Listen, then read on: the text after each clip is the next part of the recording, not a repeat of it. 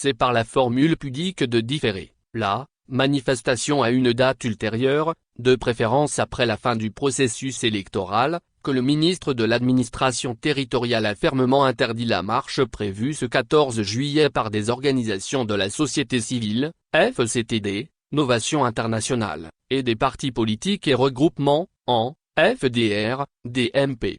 Cette marche était en mémoire des 7 victimes de la répression en marge des manifestations des 26, 27 et 28 juin. Alors que le pouvoir clame partout, haut et fort, que les manifestations du M66, mouvement du 6 juin, sont illégales, parce qu'elles ne sont pas déclarées, eh bien il interdit quand même lorsque la démarche officielle est proprement menée. En fait, ce régime n'est pas à une hypocrisie près. D'ailleurs, depuis 2019, toutes les marches sont systématiquement interdites par les autorités. Face à ce choix assumé des premières autorités du pays, nous devons comprendre qu'il n'existe qu'une seule position commune claire, ferme et cohérente qui s'oppose frontalement à la dictature.